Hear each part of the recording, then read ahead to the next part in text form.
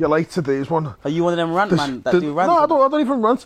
The same people that feel, all nice and safe and secure with the masks on, are the same people who a few months ago, those Muslims in them burqas, they make me feel unsafe. You can't pick and choose just because it suits the current narrative. No, I don't. I'm not going to argue that. I'm really not. That was today. I wouldn't call it a rant. It's just a little perspective because it is true. Yeah, and if it annoys you, you're probably that person. Them man shouting letterbox and that. Yeah, they're not walking around like that. Can't understand them. No expression on the face. No, it's true. They're not that person. But I feel like we're at that point now where we're so far gone. I feel like no matter what kind of sense and logic you say and explain to people, they're always going to rebut it with this kind of... Yeah, of course. They're towing the party line. They're just towing the same old narrative. Of course. Only because they're being good little citizens and doing what the TV tells them to do. But you know what, I find people that are a bit older, I know with my mum and dad as well, sometimes, when they see something on social media, they take it for fact. No, like when it's built like it's a fucking article or... Yeah. Like, do you get what I'm saying? Because they don't know. Obviously, we've grown up in a different era where... Anyone who's computer savvy now can piece an article together. Any of us could write something and put it in a meme and make it look Someone like somewhere will believe it and go, oh... And then it becomes... I know, it's Chinese whispers. Yeah, I know all three of you have had... like when one of your parents or like your auntie send that WhatsApp message that goes around saying... Just to let everyone know, I've got a friend's uncle's brother who's in the army. We are going into martial law tomorrow. We all got them back in March. Yeah, we did. And it was only the adults in the group. Exactly, it's always they were like adults. taking it at face, but they really bought into it. Yeah, 100%. You get me? 100%. So actually, what was it? I was watching something the other day, and it must have just been on YouTube, and the guy, like, he's an older gentleman, he must be in his like 50s and 60s, and he's like, yeah, and I tweeted the other day. I'm thinking, what's my man doing on Twitter? Just mad. Like, I don't even fuck with Twitter like that, but you've got these people that are proper into it no matter what it is now, and that's just where they're going for their information or their news. But I think with a bit of luck, people will just kind of start to wake up. I feel like that's just the whole point of 2020. Every time they fuck up again and again, more and more people are like, hang on a minute, this doesn't add up with that, and I can see now. People that probably would have looked at the likes of me so funny, like, and not really give it the time of day, now approaching me, you've been on this, and they're giving me conversation, and I'm like, shit, yeah. Like, yeah, I was saying that, but I appreciate now that you've kind of came around to the idea of it, that way of thinking. Yeah, 100%. So we're back with the group chat, and we are on the record for another special. It's hosted with my boy Marcel and your boy Errol, and today we are joined by Johan. Johan, my brother, how you doing? You good? I'm good, bro. I'm very good in these trying times. 100%. Can we swear? Yeah. Okay. A bit late now. Keep it real, we'll keep it real, 100%. No, but just to, kind of give everybody a little bit of context, we are still part of the On The Record specials at the moment that we're doing for Lymph Music Festival, and we've got one of the biggest promoters in the city for the club scene, and especially the black music scene, in Johan, coming down to represent. So we'll be picking your brains throughout the next hour and just kind of touching on some of the things that I know you're kind of responsible for, and the good work that you're doing in the city centre at the minute. But I kind of just wanted to give a little bit more of a context to you as a person as well, for those that don't know. I feel like more people will know you by I'm that green guy. Yeah. As well, innit? Yeah. I feel like that's just been your thing since from early. From way. Man. No, it's not even on purpose. Everyone thinks it's on purpose, isn't it? It's not on purpose. Like, obviously, when I was 14 and that, I started buying my own clothes. Like your mum gives you the dough and that, and you can go get your own clothes. Do you get me? And because green was my favourite colour, I used to just buy everything with a bit of green in it. Do you get me? And then it just worked out that my whole wardrobe was just black and green. Do you get what I'm saying? So, and then every day I had something green on. So everyone just started calling me green, innit?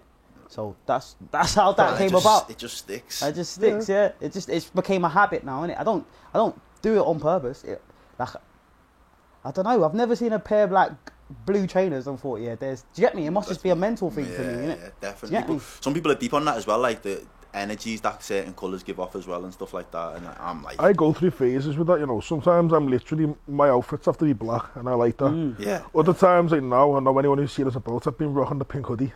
Okay. Pink on pink hoodie, and it's the most fluorescent, vibrant pink. Yeah. But that's on trend, though. But then, I bought a pair of equally pink Nike trousers the other week. So maybe at the minute, pink's the thing that the you... Just don't rock both of them at the same time. No. That's as bad as like double denim. Yeah, Well, that's like more obvious. Never be 2 days of that. Yeah. Oh, yeah. So just taking it back to the kind of just the topics of where we're looking to go for this kind of convo. I wanted to kind of get to know just the kind of the differences. I know you grew up in London. Yeah. So how did you find growing up in London and compared to then coming up to Liverpool at 17? What was like was it a culture shock or anything like that? Yeah, for me, obviously, I come from like a very pro-black family, innit? I've got one of them like black militant dads. Standard. That's what you get me. So, and growing up in West London. Why are they like that though? Was that just how they was brought up? Was that their community? Nah, that's just how they chose to live their life. Like, okay, standard. to be like empowering. Do you get what I'm saying? It was empowering for me growing up as a teenager because I had this kind of like self-worth from very young. Early, you get me? Where I was you confident. Good self-esteem. Yeah. I was never like shy to do stuff. Do you get what I'm saying? Or try things like, and they instilled that in me. So was that something that kind of like separated you then from some of the kids on road back then as well? No, because I was never on road, didn't it? Like, no, I was never like I chilled because I was homeschooled. Yeah. I chilled with like my cousins. Yeah. Then I went to I had guitar class on a Monday, then dance on the Tuesday, then singing like every day. I had something to do. I was never on road. You get what I'm saying? I was never like, I had mates and that. I had a couple of mates from my ends in East Acton. Yeah. But I was never like, I didn't really play out and like do. I always had something to do. And I like being like that now. Do you get what I'm saying? Yeah.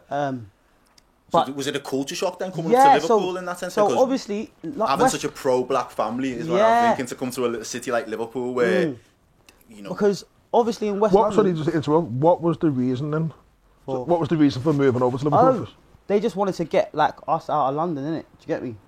Was they seeing things that yeah, like one of my boys. I was growing up. Yeah, like, one of my boys died, innit? One of my boys got stabbed. Gang related, or was it just like it was a fight at a party? No, it was a fight like at a party, innit? And I think that gave them a little shock, and they just started looking to move. They didn't know Liverpool; they were coming to Liverpool, but we started to take trips to other cities. Okay. And they just decided stuck with Liverpool. With Liverpool, but for me, the biggest shock, because obviously West London's mad multicultural, innit? Like, I never noticed I knew I was black, but I never noticed like, oh, there's a white person, there's a Chinese person. It was just like, you see people for people. It's just people for people, innit? Do you get what I'm saying? Yeah, obviously, you know, people are different and they've got different cultures, and I was taught that. Do you get me? Yeah. But I never felt alienated because I'm black. Do you get what I'm saying? Yeah. Whereas when I moved to Liverpool, the first thing I realised is, what he made aware of it. Raw.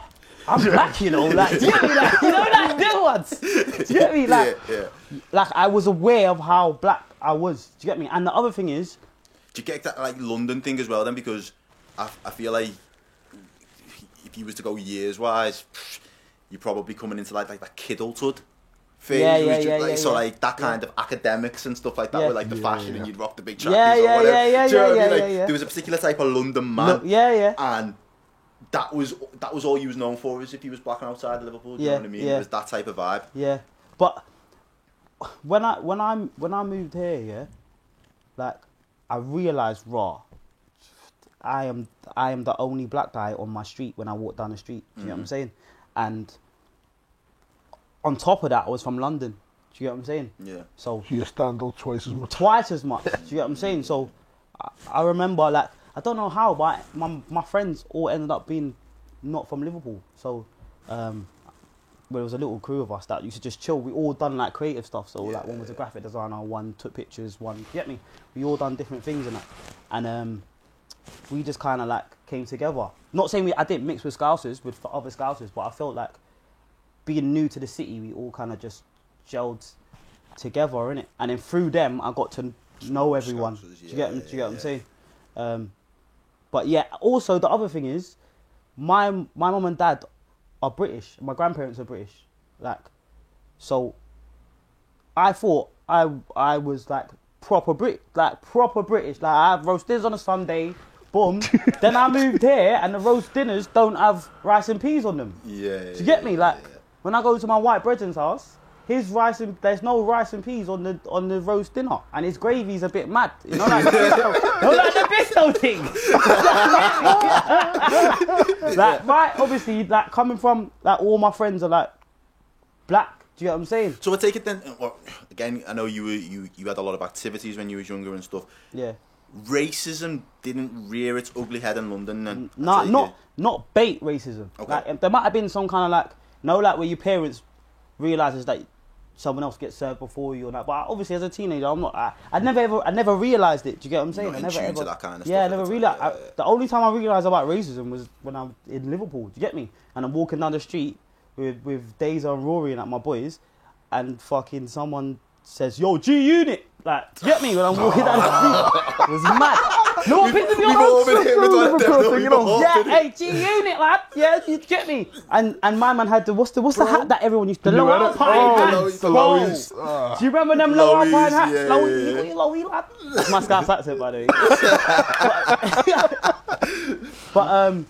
But yeah, but you know what pisses me off about that? Them same man used to worship Tupac. Worship Tupac, and now they're wearing Jordans and that, blood. Yeah. That's what it pisses me off. The same man that used to tease me and chat shit and that, they're all rocking fucking street gear. Do you get me? 100%. But yeah. So again, then, if I think that's you painted a very vivid picture there of what it was like at one point in Liverpool. I think I remember those type of experiences when we'd go up. I've had worse than that shouted as well. Oh yeah. Yeah, same. That's polite. But only in Liverpool. I never experienced anything like that in London ever. Do you get what I'm saying? But I remember walking down the street with a girl, and because she was white, the guy goes to me, "You're with him." Do you get me? And she goes, "What do you mean? You're with that black guy?" And when I mean, like, it was, but I've never ever experienced anything like that until I moved to Liverpool. So when you was in 17, all right, then you're 17, nearly 18. Have you looked towards the clubs and said, right, this is where I'm going to spend my Friday and my Saturday nights? Nah, I kind of fell into like working in clubs. So, do you remember Zubar? Yeah, of course. So, but it wasn't Zubar. It was Azure. Before, yeah. So I'm showing my age here, raw. So, my first night out in Liverpool, I was 17, and I met one of my good friends, Faisal, and so he took me on my first night out in Liverpool. He took me to like some dusty pubs and bars and that. What did you think of it when you first come then at 17? What did you think in terms of, because even you probably wouldn't have had much experience. I feel like, my experience of nights out is a bashment. Do you get me? A bashment in London. I mean, where like the aunties have got fishnet tights on, and like your uncle's got the bottle of rum and Ray, and he's get me? Licked. And he's lit. And then the videographer has got like the biggest light, and he's just shining it on girls' batties all night, and that proper bashment. Get me? Where I remember I used to go parties and that. All my cousins' parties, I never used to go like. Do you get me? All my cousins, cousins are a bit older than me. You get me? So I used to go, and they turn on the lights, and the whole wall would be blue because everyone had a V2 jeans, fresh things for the rave, and they were just grinding all night on the wall with a gal.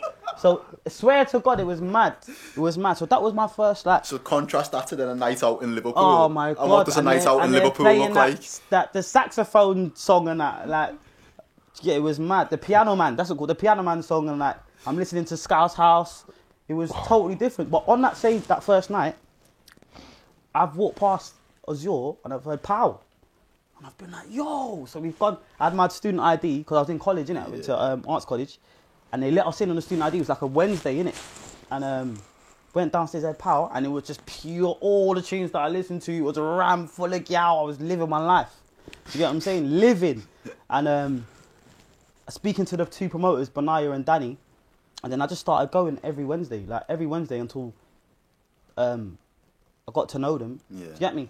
And then I started working for them as a promoter, like as a PR. PR, yeah. Because I remember, that would have probably been around the same time that I started working in town. Cause you were the other end. Yeah, I was the other end of town. Okay, yeah, like, Matthew Sheet. Yeah, mad. So you must have got the madness, because you must have been called everything, bro. yeah, pretty much. But I think that was one of the things that I noticed as well. Like, even at that time in town, there wasn't many black promoters. Again, people like yourself and me, we stood out like sore thumbs. You know what I mean? So I feel like even when we were just bopping around through town, I see you on a Friday night and Saturday. I knew you was on your job, you knew I was on my job. It was kind of like, yes, brother. You know what I mean? Kind of stay safe and look after yourself because nobody knows what kind of night it's going to be tonight. Exactly. But yeah, my first job was in Matthew Street. So not my first job, but like my first bar job was on pure glass collecting in the Quarry Quarter when I was like 16. Mad. And then like after about 4 months of that, I was like, I want to do PR, and like I feel like the PRs have a lot more fun than the glass collectors. Freedom as well. Do you get me? So I went and started doing PR, and then I'd done that for like over a year. But there was I feel like that changed my kind of mentality to being I don't want to say like a consumer, but being someone that goes out and partakes in a night out. It does. It changes you completely from early though, and I'm kind of. In what sense? Well, for me, it was just the fact that, like, as a black lad, young lad, I was always very conscious of my surroundings. So I could be glass collecting, for example, and you were saying, like, a drunk girl could come over to you and just be drunk, and all I'm seeing is her being drunk in the moment, coming over and trying to dance, not knowing that I'm working. And I don't know, because I've not been like watching the room or anything like that, that she's with a man. So now she's come over and just took a liking to me moving across the floor, dancing or whatever, glass collecting. And she starts dancing up against me.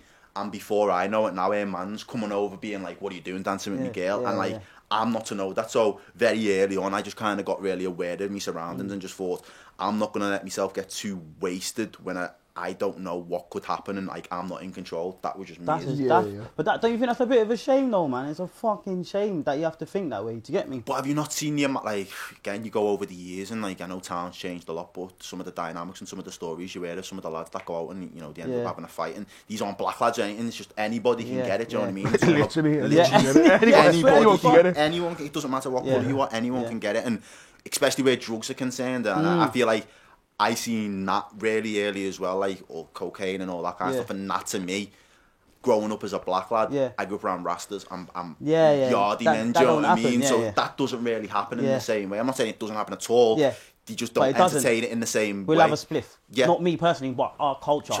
We'll have a spliff in it. So we'll ban a spliff. From that perspective, I just never, I was never drawn in by that. But see, because I was in Azure, I didn't see all of that. Do you get me? Because it was the night that I went out, I only went out on a Wednesday night. So that night was a black music night. Do you get me? So I didn't see like that whole kind of drug culture. There might be someone having a spliff outside, but that I've seen that already in the bashment. Do you get me? So I still was in my culture, in my range of what I knew, innit? Do you get what I'm saying? And obviously coming from London, I didn't have to be aware that I'm black. I've only learnt that, how to do that coming here. Do you get what I'm saying? And you can't, it sounds mad, but I don't do it anymore, but you have to like... simulate yourself to the surroundings. Not even, just like, how much blackness are you allowed to come through? You get me? You don't know much. Whereas in London, I was on filter. There's no filter. I was just around my people, innit? Like, and no matter who was around me, white, black, Chinese, they all knew who I am. Do you get me? Because we're all growing up in a multicultural society. Whereas in Liverpool, I had to like basically tone it down. I had to learn how to tone it down. I feel like that's a shame as well, though. But you know, not to be too critical, but I definitely think that has changed, because I think we all went through that period of like feeling like, as I was saying before, that kidulthood phase. We I won't say brainwashed by it, but you kind of like feel like, that is what it is to be black, and that's all it is to be black, and you kind of have to self-learn for yourself again that like you kind of went over the top, and then you kind of toned it down for other people, and then it's kind of like striking the balance and finding where you sit in the middle of all that almost. And it doesn't happen overnight. It didn't happen overnight for me anyway. I just think as a city now, it's definitely got better. Yeah, definitely. If we're applying it to the whole club scene, I agree. See, what you said then, there was that one club. Yeah. That's what I was going to say. At least, well, this is the thing now. I feel like town and the kind of music that's played, it's either that music or it's the commercial. It's not even tech though. Local house. Liverpool, it's like the same 5 or 6 house tunes on repeat. It's either that or it's more the R&B. Sounds that way. It sounds that way. Do you know what I mean? And there's more club that is more of a range. I know back then it was what we call Zoo and Camel. That's it. Boom. Then we got Republic, Penthouse, Inc. Yeah, Republic was like revolutionary. For Even for Liverpool. Really? I think so. Because I was going to say, which night was... I was going to ask you both of this before. Which night was the night for yous? Because if I had to give myself any night out of Liverpool, I wouldn't have went for any of them. Mine would have been Med. Those 3 rooms and medication. Do you remember medication? Yeah, bro, I went religiously every Wednesday. The R&B room in medication, and I thought that was all right. Nah, Azure, Zoo, I used to that love Zoo Wednesday. basements. Oh my! Every Wednesday. But that was after Meds. That was after Med. No, though, innit? but I never went to Meds when I was at my first year. No, obviously I was 17. I started uni at 18, innit? Yeah. So for 2 years, I wasn't going Meds. Yeah. I was going Azure. Yeah. And it was like sick. Do you get me? So sick. It was. Whereas I felt like they had to tone it down in Med, didn't it? Because Susan's from Shropshire and she doesn't know. Do you get me? Susan's from Shropshire and she won't know that song if it comes on. Do you get me? She's not gonna go mad. But you play the Shakira and she's gonna go sick. Do you know what I'm saying? Or play the Beyonce or whatever, and she's gonna go mad. Whereas Zoo was like unapologetic. Black, you get me? 100%. It was. And Republic was the same though. Fam, Republic, there's bare mixed race kids because of Republic, you know. I'm telling you, there's bare mixed race kids because of Republic. Do you get me? Yeah. Like Republic, given that Zoo was revolutionary because it was the only one. But when in terms of and when I mean Zoo, I was working in Zoo, innit? And I'd go back to London and I'd be on a tube and man would be like, yo, Zoo bar Liverpool. Like, he just knew. Yes. Yeah. all over the whole country because it was the only like after hours to go to like 6 o'clock, 5-6 o'clock, innit? So it was like mad. But when Republic came, it was like commercial. Did that have its challenges though? Because I think as well, like black music, I feel like so much of the stigma that comes with it sometimes, especially with those after hours, and then you've got the towns and things. Zoo was always forever open one week, then it'd be shut for a little bit, and Do you think change that names? Yeah, had to change names. Do you think that was predominantly because of the choice of music that he was playing at the time? Do you think that was one of the challenges? I think 100% it was because of the type of music it was playing. Do you get what I'm saying? And it was easy to point fingers just because the only place doing it. Yeah. And I feel I don't really remember there ever being trouble. Many a time I go to Zoo basements. No. And like we laugh now. The way one of our many, it was a good night. Yeah. But other than feeling safe because you're amongst your own, Exactly. There's two types of people. There's black lads you respect. You're not going to go over there and be called a nigger, for example. Exactly. Because there's black lads you respect, black lads, and it's like a like-minded crowd. Yeah. And the girls that go there are there because they like black lads. Yeah. So like, everyone was just there on a good level. I don't remember there being trouble there. No, but I don't feel it like... always had a bad name attached to it. And as you say, the name changes. And you know what as well, yeah? You know what as well? Is that if something small did happen, someone got kicked out, or a little scrap happened, it was always blown into proportion. And I'd hear something going down the road where someone got stabbed, and everyone's blaming it on you. And do you get me? No, not to do with the venue. To do like at another venue on the other side of town. Something else mad happens. But what's going on in Zoo? But what goes on in Zoo is like the maddest thing. Do you get what I'm saying? Like, and it's definitely obviously to do with music. But I feel like since urban music has become more commercial, it's definitely changed. I don't think all the clubs are playing it to be like revolutionary and pro-black. They're just playing it because fashionable. It's fashion now. People like it. That's it, innit? Yeah. And if they don't play it, no one's going to come to their club and drink and have a bevy and the rest of it. Do you get what I'm saying? We were saying this literally last week. It is the fact that with the Michael Ari lads, it's the supply and demand. I don't necessarily, and it might have been more of a UK thing as well. Maybe outside of London, there was always that demand for it, and that's why the London scene is always the strongest scene in terms of black music. But I feel like it has leaked out into some of the other major cities that are more culturally diverse now because there's that demand for it. I feel like I always say this when I'm talking to H about some of his music and some of the artists in like Birmingham and stuff like that. I feel they get pioneered by their Asian communities quite a lot because their brothers are like, well, hang on a minute, like there's nobody mainstream that represents me, but this boy's putting on for my city and I'm from that city as well, so I'm going to bump Mist tune, or I'm going to bump JK's tune, you know, Lotto Boys, whoever it is, because they're repping drum. Do you know what I mean? So they put that first, and I feel like the more that's happened, the more demand there has been for, as you're saying there, urban music across the board. Yeah. I think the internet and social media has helped a lot, though. Yeah. Definitely. Do you get me? Link Up TV. Like, at one point, I was just going on Link Up and watching what was getting the fastest views and then booking them before I couldn't book them. Do you get me? Yeah. Okay. So I had that like your little marketing strategy? I had Huss, I had Mo Stacks, one night I had Huss, Mo Stacks and Notes on the same night.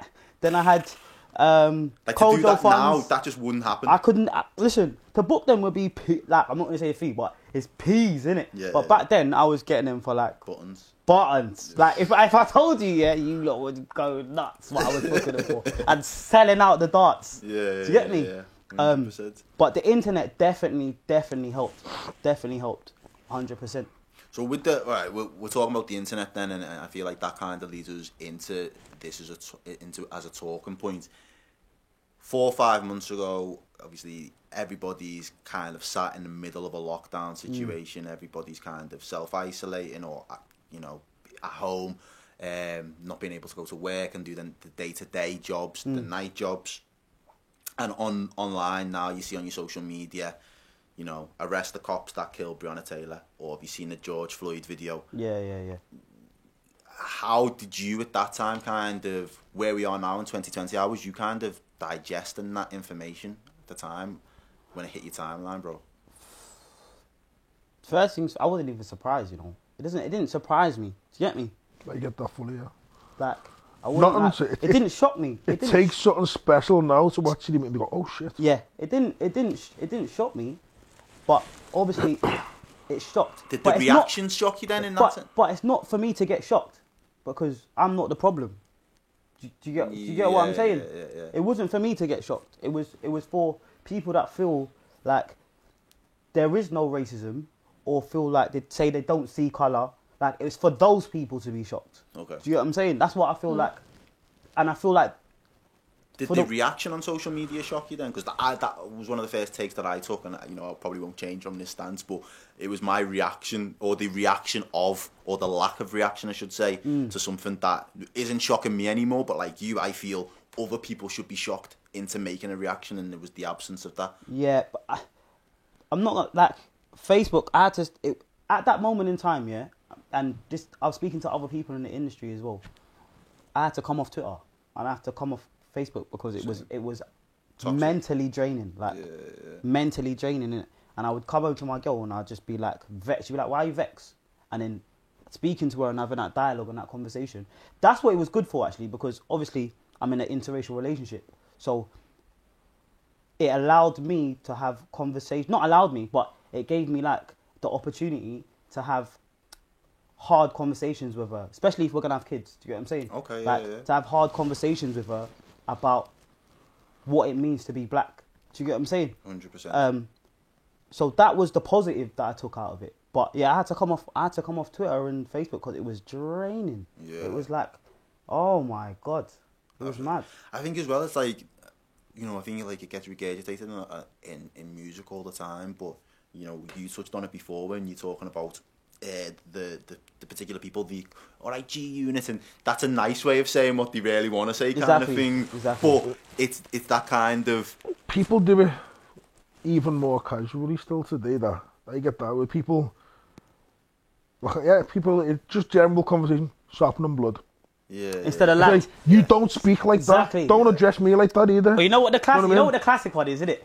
Bro. Safe, lad. Yeah. That's the classic one. Yeah. I'm like, bro, you just shook the 5 other guys' hands, bro. You could just shake my hand, You don't have to do that because you. But with that, like, rock, paper, scissors, that awkward exchange. Yeah, man. You don't have to do that. It's weird, isn't it? But like, I definitely feel people now as well will again have those kind of experiences, as you're saying there, where you're just like, why do I have to be treated that little bit differently? Why can't you just kind be of yourself and I be myself?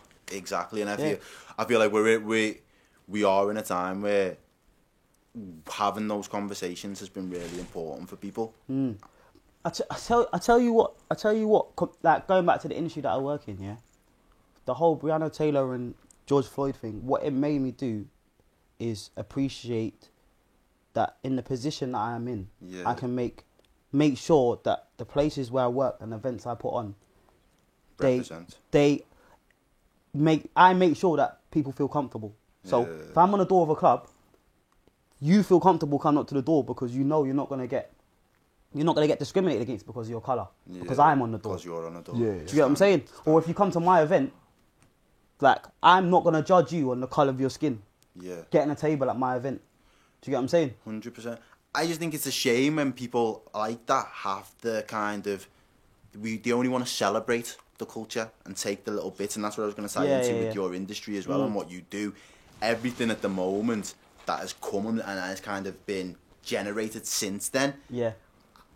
Especially when it comes to relating to your industry. Maybe it would have been slightly different if we wouldn't have been in a lockdown situation, and you might have felt it a little bit more. But do you think a lot of it has been kind of tokenism now? It's like we kind of...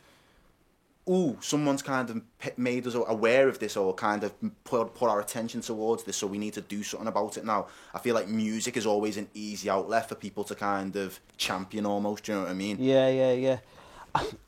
The things that matter to me, especially in like events and places that I put on, is like making sure I'm giving the younger black males and females that want to do promoting or want to get in events, I make sure that they get their jobs. Do you get what I'm saying? Okay. And you're getting your job not because you're black, but because I can see potential in you. Do you get what I'm saying? And they're the people that I surround myself with. Do you get what I'm saying? 100%. And I just like making sure that there's black staff, making sure that so that when you come in and you see a black bartender, then you feel comfortable. Do you get what I'm saying? Same as the white person coming in and they see like the white person there, they feel comfortable. Something like they can be, they feel, because you feel like you can be like, you be yourselves, innit? Yeah. Do you get what I'm saying? That's how that's hard the main have you thing found that creating that dynamic in a city like Liverpool? Then, like, I know I'm saying it has been hard, but that's just how I'd phrase it. How hard or how challenging has that been? I don't know. Maybe we've just had it easy, but it's been easy for me to do that. Do you get what I'm saying? I'm always in positions where I can do that for people. Do you get what I'm saying? It's not been hard. It's not been hard for me. But I've seen other people do things where I feel like they're what's it called when you know that you take the culture vulture. Yeah. Do you get what I'm saying? Whereas they're just taking it and trying to profit off music rather than. Which is what I was saying. I feel like music's the easy in for a lot of that stuff. Yeah, 100%. So how have you found then, more than it, like, since the whole music game's changed, the music industry's changed, the scene of it all's changed, do you find yourself listening to more Liverpool artists nowadays? Is there, like, you not necessarily to say, I'm going to spin that, I'll make sure that gets played at the events, but in your own time, do you find yourself listening to more of the music that's getting made? Listening to Trems a lot at one point. Okay. And I know Mo, who manages A-Star. So I need to burp, fam. Oh my days. No, like when the thing's gassy and that. But yeah, A-Star, I like A-Star and I like Trems. They're the only two really that champion Liverpool music. You got Beyond Average. You got Beyond Average. They're hard. But you know what? I don't really listen to hip hop, you know. Okay. I listen to house and slow jams. That is my whole Spotify playlist. Is like house and slow jams. You get me? I'm an R&B guy. Like, I love R&B. Well, we still got some R&B Donnies at the minute, though, haven't we? Yeah, Mike Lowry smashing it. Sub Blue smashing it. Yeah. Do you get me? I follow Mike Lowry and Sub Blue. Yeah, he's hard, but I haven't heard that much of his stuff. You know, you're gonna have to play me some bits. He's sitting on some stuff. I know he's sitting on stuff. I've seen the social media. I've seen his little clips like that. I know he's hard. Do you get me? I've messaged him and said you're hard still, but I haven't really heard like tracks in it. Yeah. But Sub Blue and Mike Lowry, they're for me. They're champion like Liverpool R&B, man. Sick. Liverpool R&B. So talk to us about Top Boy then. Tell it how did it all come together? The concepts, everything. How did you kind of throw that together? Top Boy used to be on your side of town. So I used to be on Victoria Street side, in a bar called Graffiti. So I used to go to Top Boys. Do you get me? And it was like they used to play house as well, but it used to be like the R&B event on that side at that time, innit? Yeah. Because before Mosquito had an R&B. Is it Mosquito? Not Mosquito. One of them clubs down there used to have an R&B. That used to be an R&B club, but at that time it was the only R&B night. I used to go to it, and then like 3 years ago, and I was good friends with the promoters, Coco and Liam, and they asked me like, "Do you want to jump on?" They weren't doing anything with the brand at this time, so I was like, "Yeah, of course, man. Like, I'll jump on that." Not like, do you get me? It's just another outlet for me, and I like to keep busy. And we just grew the brand. Like, we started with just like a New Year's Day party, and then we just grew the brand every year till it's at the point now where we've just done like a full summer of socially distanced events. Have you been finding that? It's hard, isn't it? Do you get what I'm saying? It ain't the same. I've only been there. It wasn't a Top Boy. I've been to one of these socially distanced events. Yeah, it's not the same. No matter how it's pushed, drunk people do not socially distance. Sober people anymore don't socially distance, really. But you can't throw an event on and expect it to run as per the guidelines. You have to be constantly on top of people, innit? Do you feel like you're babysitting more now than just... But you're babysitting anyway. Like, when you operate a venue, or your operator, like a manager or owner, or you are technically babysitting. That's what you're doing, isn't it? You're babysitting drunk people. Drunk people and making a liability at the best of times. And you're just making sure that they have a fun and safe night. That's your job, isn't it? Yeah, do you get what I'm saying? But yeah, you're just constantly babysitting, tell people to put their mask on when they go in the toilet. Like, it's mad. But we're getting through it, and we're providing something that's fun for people to still do, innit? Because people want to get out of the house and do things, innit? Do you get what I'm saying? Sure. Otherwise, it'd just be work and home, innit? Do you get what I'm saying? Well, some people are working from home, and it is just home and work. Like, yeah. I had some people say to me the other day, is are we working from home or are we living from work? And that one that's mad. That is mad. It crushed me, you know? It really crushed me, bro. I felt that so bad. But no, I think it's needed, because in challenging times like this, like, we are a social species as far as I'm concerned. Let's just take it back to basics. We are a social species, and I feel the benefits from having that social engagement and just kind of having something to just release and just say, been working all week. That's like what I feel like, especially, as I say, for a black lad in the city to be able to be like, yo, I've worked all week, you know, bills have been paid, everything's been taken care of, I want to let my hair down. Yeah. I don't want to go to Manny or Birmingham or London to have a night out. Yeah. I want all the amenities that them man have got on their doorstep. On my doorstep. So I feel like the more events like Top Boy, and the more bars like Ink, and you know, the Pures, and even Brooklyn. I was going to shout that before, Brooklyn Basements. Fam, about 5-6 Paris years ago. and Sunny was yo. Brooklyn Basement used to go off. Yo, that was mad. I took Paris out there. I was like, yo, come to the project, innit? Swear to God. But see, when Paris, obviously, the big DJs in Liverpool, like urban DJs, Zeke, like from Liverpool, Zeke and Paris. Do you get me? And Coco as well. Coco was the guy. Do you get me? Coco was the guy. But he played for the gal. Coco was the guy for the gal, innit? Do you get me? They're the gal that don't really listen to R&B, but they love the music. Do you get me? But they're not. But they'll go to the house club. Do you get what I'm saying? Yeah. But they might go. Coco was that. But see Zeke and Paris, it's mad. Yeah, for the bad. It's mad. I remember the first pay weekend that Paris done in Project, and he dropped Scraps. Yo, boom. I was like, and every single gal started singing the lyrics on the Nerve Circular. Which one was Project? It was Zoo. Downstairs.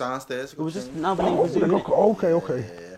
Because I was going to say then as well, I feel like that is one thing that has got better over time, and maybe it's because it's, again, the supply and demand, and it's got more of an appeal. But I remember, to go to those type of events, it used to be a dark and dingy room, and it used to just be like, not always full of man, but with obviously girls as well.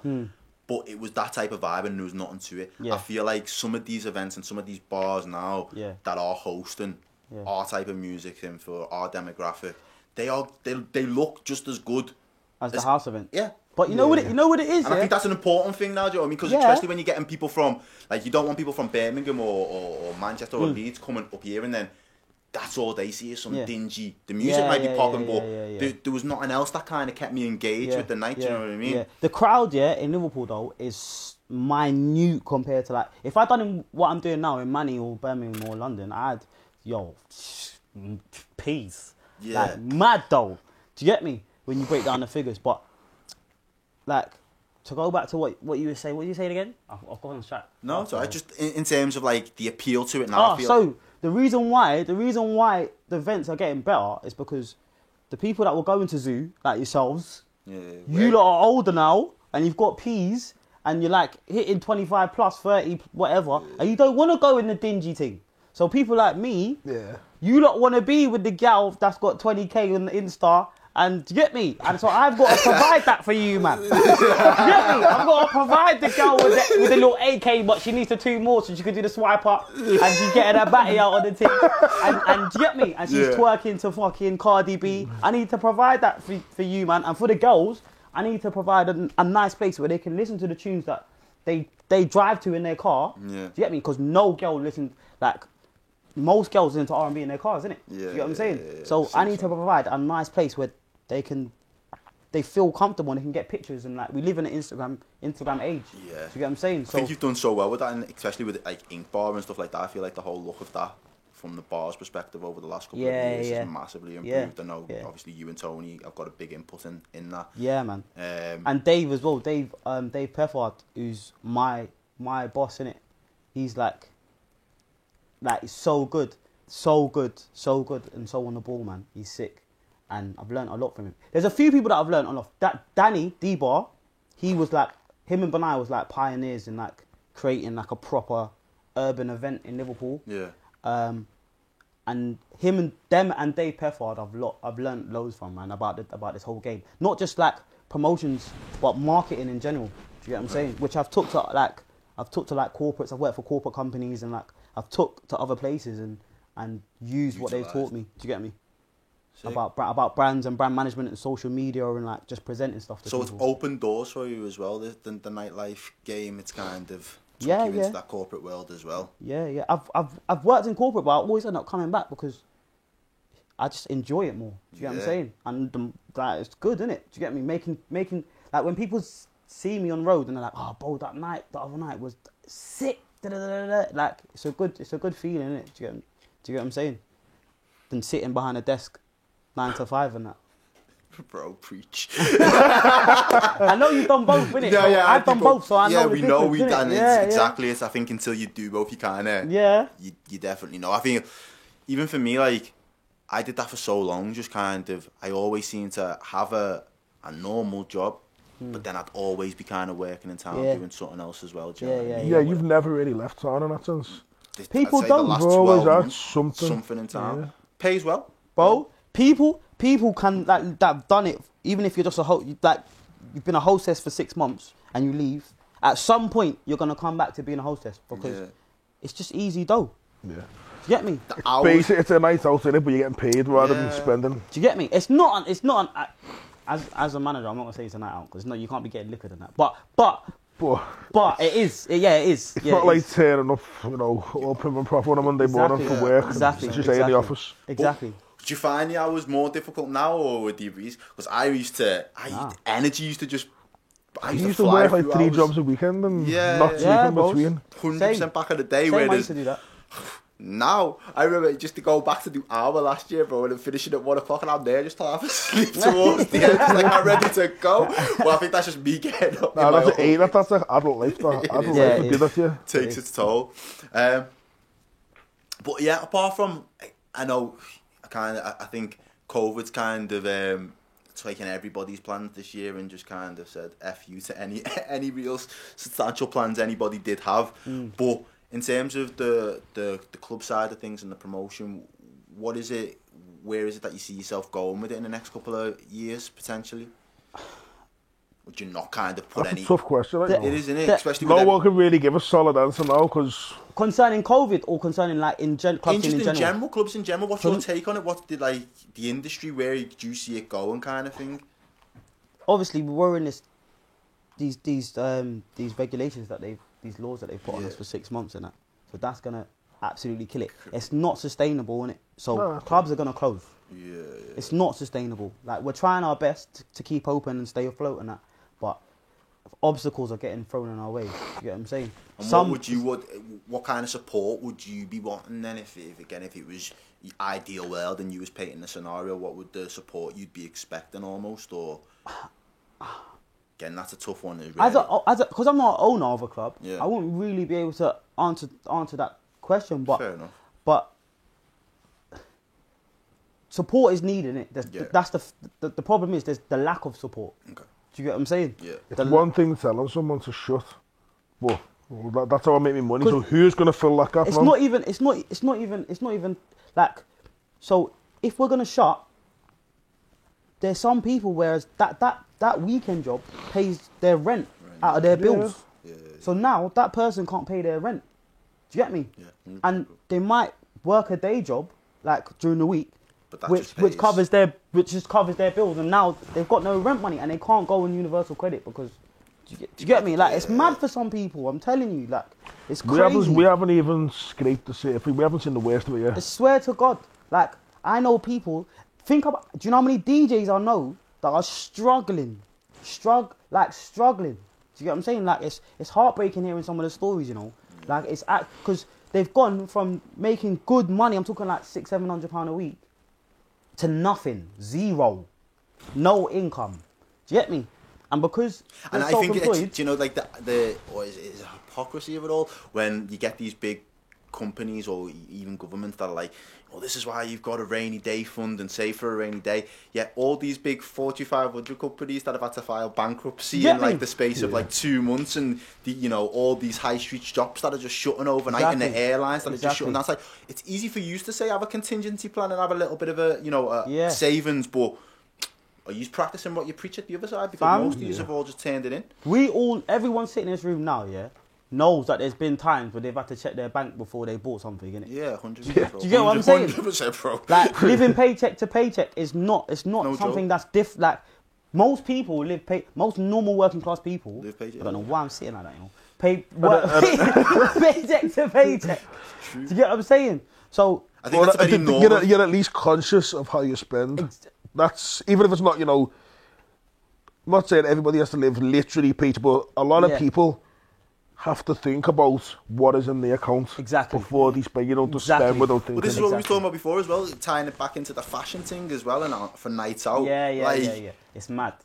I don't get it. No, call me old if you want to call me old. I don't give a fuck right now. Like, I will not chase fashion for the night out anymore. I see enough people doing it, but as you're saying there, where people are living paycheck to paycheck, how can certain people be affording a £500 t-shirt or £600 webs?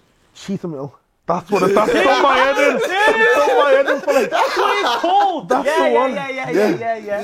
That's your answer to it, yeah. That's what's getting people out. I couldn't think of the name. Cheetham Hill, that's the one. Yeah. When they have to close the shutters behind you and that. You know, them ones in the videos. For the latest drip, but it's part of that, and I think that's part of the problem as well, especially like nowadays. If there is going to be that level of uncertainty without that support and without that kind of that package, a lot of people are going to struggle. Yeah. So obviously, I'm glad that you've been able to come down tonight and kind of talk on it for us as well, because as far as we're concerned, I know we need that kind of nightlife. I'm not the type of person that's out every weekend, but once every blue moon, and to just kind of you do. It's not what it is. It's not a night out for me. It's not a night out, and it's every so often like a tune will come on, and I think, you know what?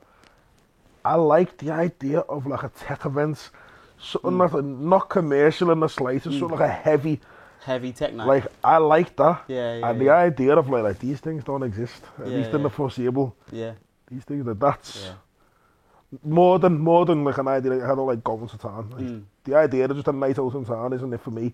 But it's that idea of like there's just no events, nothing lined up, nothing in the foreseeable. Yeah. That's the one. Because you man aren't really ravers, innit? I see you like once in a blue moon when I mean when it was normal, not lockdown. Yeah. There was I had me time. There was a time. Rinsed it for about 3-4 years. 2000, and I'm gonna say 2014, 15.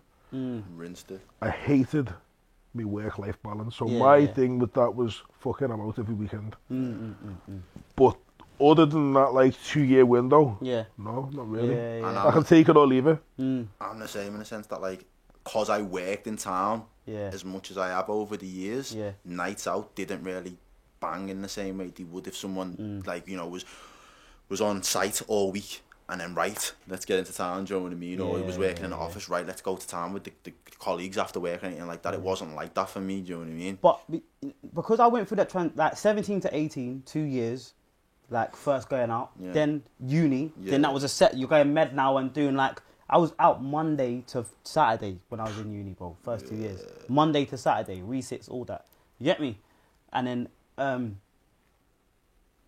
I'm listening. Oh, see, yeah, Monday to Saturday, and then I started after uni. I started working in like office jobs and that, and I started going out with it. Like, so I've had like 3 different types of going out. Do you get what I'm saying? Yeah. Well, I think we probably was the same. And to be fair, like I feel like the early days we try and meddle with like Matthew Street. It's like the places that you knew you was gonna kind of get in. Do you know what I mean? And then it's like, when you are 18, you can kind of just go in everywhere. I feel like I've tried. It lures. It's such a lot. A lot of my memories of it, my early memories of town, was being in town when you shouldn't be in town. Yeah. And that added to like the excitement of it because it was like, are we going to get in? And then once you were in, you were like, yes. But, like, yeah. There was an you would element never of go to a club that you would of choice. Do you know what I mean? It was just you'd go wherever you could get in. Yeah. And there was that uncertain thing where like there's always one who's like, boys, come back, I'm not in. You know what I mean? Once you know you can just walk in anyway. I swear, as soon as I had ID, no one's ever asked me for ID. Do you know what I mean? And I feel like now it's just. It used to be a bit of a build-up as well. You'd go to town and it'd be a big night, and I feel like most of the clubs have been replaced by bars. Or that's how really. So it's not like a big night. It's just casually walking in somewhere in trainers. Yeah, you don't have to make that big effort and like prep yourself for your night out. You just kind of turn up in your hoodie. But you know what? Yeah, town hasn't changed. We've changed. Yeah. Do you get what I'm saying? I've definitely changed. When my brother goes out, it's like obviously. He works in a club now. He works in a club. But when he was first going out, and he was like getting ready, and my girl's little brother, when he goes out, it's like an event. It's like I need to go get my top. I need to go get my jeans. I've got new kicks. Do you reckon that's an age thing? It's an age thing, 1,000%. We don't want to sit next to Susan that's got a fishbowl. Not that they do fish bowls anymore, but to get that type of person, you know what I'm talking about. I'm just speaking in general. Get me? It could be a whatever, Sharon or Susan or Sally, whatever. Yeah. But we don't want to be next to Susan on her hen do, or like we want to be in a nice bar. Because we're old now, innit? We want to be in a nice bar with a couple of gals. Yeah, it's an age thing. Back then, you liked the riffraff. Yeah, Matthew Street was full of it, like it was wild. Yeah, I think it's the drama element of it as well. There's always something to go on, so it's just kind of exciting. Exactly. Whereas now I want something, like you're saying, something consistent, somewhere I know, in terms of music, consistently, I'm not going to be like wanting to check my watch on my phone to say, we can go any minute now because the next tune's going to be dead, or I'm not feeling this one. Yeah. The drinks, again, it's the type of a place where I know, they do the drinks that I like, and they're not going to be ripping me off to buy them or stuff like that. Well, that's everywhere. But bro, I wanted to talk about this, you know. There's something that people don't understand. Buying bottles is cheaper. It's cheaper. So there's 28 shots in a bottle. Yeah, 28 singles in a bottle. If you went to go buy 28 singles, bro, at £6-7, do you get me? Yeah. You might as well just buy the bottle. Yeah. That doesn't make it any less of a rip-off, though. But everything's a markup. No one. And what people don't understand is you're not paying for the liquor. You're paying for the seat. You're paying for the DJ. You're paying for the service. You're paying that's what you're paying for. You're not paying for the actual alcohol. The alcohol just helps you on your way. Do you get me? But you're paying for that gal that I invite down. You're paying for the settings and you're paying for the service and the music, the DJ, innit? Because DJs aren't cheap, bro. No. Swear to God. Yeah, I know. Do you get me? And rent on them buildings aren't cheap either. Yeah. Do you get what I'm saying? 100%. And overheads and that. So that's what you're paying for. So out of all the events that you've been a part of since you've worked in clubs and bars, which one would you say? Yeah, boom, I'm happy that my name's next to that Project, 1000%. Yeah, Because I was a marketing manager and assistant manager there. Me and Melissa Byrne, bro, there was a point where we had every single artist coming through and performing. And it got to the point where gigs would just turn up, or Krebs and Conan would just come and get a table. You wouldn't be performing, but it was known that much within the scene for having everyone. I booked every single UK artist you can think of. I booked in it. I think that's feeding back into the scene as well, that kind of stuff that you've done there, because I feel like they're all the levels or the layers and the ingredients that go into making a music scene. Yeah, I feel like yeah. London have always had that leg up on us. Yeah, because they, yeah. as you say, you wouldn't have to turn up to a bashment to just be like, yo, we know there's something going on here tonight, so we're all going to rock up. Yeah. I feel like until we can kind of replicate that, which is what we have been doing, the scene from the city isn't going to get the same level of traction. And I definitely think nights like that, or events in Project and Top Boy events, when people hear and see those things going on, people want to be a part of them scenes. Yeah, definitely. And you know what? People, the owners of clubs, sometimes don't understand what scenes are there. Do you get what I'm saying?